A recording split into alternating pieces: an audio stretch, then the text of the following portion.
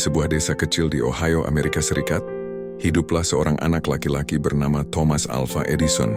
Tapi teman-temannya memanggilnya Al berbeda dari anak-anak lain di desanya. Saat teman-temannya berlari di padang rumput atau memancing di sungai, Al justru duduk di bawah pohon dengan tatapan penuh tanya. Kenapa burung bisa terbang? Kenapa air bisa mendidih? Kenapa langit bisa berubah warna waktu senja? Ia bertanya setiap hari. Dan kadang pertanyaannya membuat orang dewasa menggeleng sambil tersenyum. Namun tidak semua orang memahami dirinya. Di sekolah Al sering dianggap aneh. Gurunya berkata ia terlalu lambat dan terlalu banyak bertanya hal yang tak penting. Suatu hari sang guru mengirimkan surat untuk ibunya. Al pulang dengan wajah murung menyerahkan surat itu kepada sang ibu, Nancy Edison.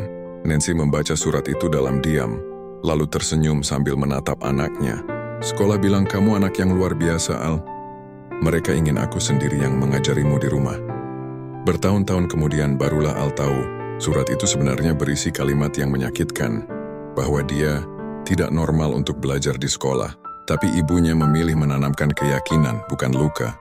Dan keyakinan itulah yang menyalakan cahaya pertama dalam hidup Thomas Alva Edison. Nancy mengajarkan Al membaca, berhitung, dan mengenal dunia lewat buku-buku. Tapi yang paling penting, ia mengajarkan satu hal. Jangan takut gagal. Teruslah penasaran. Al tumbuh menjadi remaja yang suka bereksperimen. Di ruang bawah tanah rumahnya, ia mengubahnya menjadi laboratorium kecil. Bau cuka, serbuk kimia, dan kabel berserakan di mana-mana.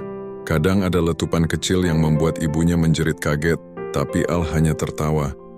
Aku hanya ingin tahu apa yang terjadi kalau ini dicampur dengan itu, Bu. Ketika usianya 12 tahun, Al mulai bekerja di kereta api untuk membantu keluarganya.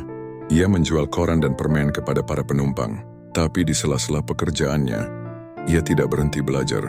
Ia membuat laboratorium kecil di gerbong belakang kereta.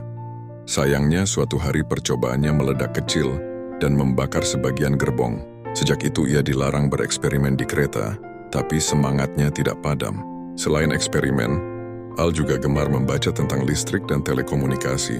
Ia belajar sendiri bagaimana telegraf bekerja, hingga akhirnya menjadi operator telegraf muda yang handal. Setiap malam saat semua orang tidur, Al duduk di depan alat telegraf, memandangi kabel-kabelnya dan berpikir, bagaimana kalau energi ini bisa digunakan untuk menerangi dunia? Bertahun-tahun kemudian, di usianya yang dewasa, Al mendirikan laboratorium besar di Menlo Park. Di sana, ia dan timnya bekerja siang malam. Mereka ingin menciptakan cahaya buatan yang bisa bertahan lama, lampu listrik. Mereka mencoba ribuan bahan untuk membuat filamen, kawat kecil di dalam bola lampu yang menyala ketika dialiri listrik. Logam terlalu cepat terbakar, kertas tidak tahan panas, katun meleleh. Namun Edison tidak menyerah. Setiap kali gagal, ia mencatat hasilnya dengan teliti lalu mencoba lagi. Pak Edison, tanya asistennya suatu hari, apakah Bapak tidak lelah gagal terus? Edison tersenyum dan menjawab, aku tidak gagal. Aku hanya menemukan 10.000 cara yang tidak berhasil. Hingga suatu hari di tahun 1879, ia mencoba serat bambu dari Jepang yang dibakar menjadi arang tipis, lalu dipasang di dalam bola, kaca tertutup udara. Saat arus listrik dialirkan, bola itu menyala. Bukan hanya sebentar, menyala selama berjam-jam. Cahaya itu lembut, hangat, dan tidak mengeluarkan asap. Untuk pertama kalinya dalam sejarah, manusia memiliki lampu pijar, cahaya tanpa api. Hasil kerja keras, rasa ingin tahu, dan ketekunan seorang anak yang dulu sering diejek karena terlalu banyak bertanya. Berita tentang penemuan itu menyebar ke seluruh dunia. Lampu-lampu perlahan menggantikan lilin di rumah, di jalan, di kota. Malam tak lagi sepenuhnya gelap. Dunia berubah selamanya. Dan ketika ditanya apa rahasia keberhasilannya, Edison berkata, kejeniusan itu 1% inspirasi, 99% kerja keras. Jadi jika suatu hari kamu merasa gagal, ingatlah Al kecil, anak yang selalu bertanya, kenapa? Anak yang berani gagal ribuan kali hanya untuk menemukan satu cara yang benar.